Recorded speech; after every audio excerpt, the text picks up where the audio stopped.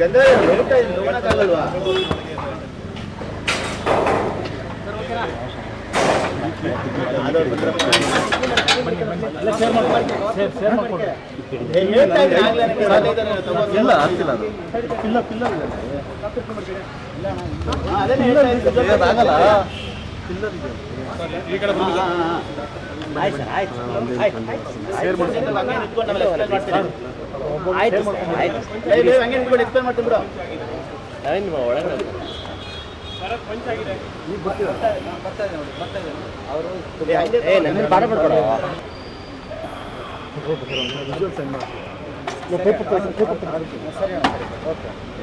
ನನ್ನ ಮೇಲೆ ಬಾರ ಬಿಡ್ಬೇಡಲ್ಲ. ಆಯ್ತಿಲ್ಲ ಒಂದು ನಿಮಿಷ, ನನಗೆ ಶೇಕ್ ಆಗುತ್ತೆ, ಗೊತ್ತಿಲ್ಲ ನನಗೆ.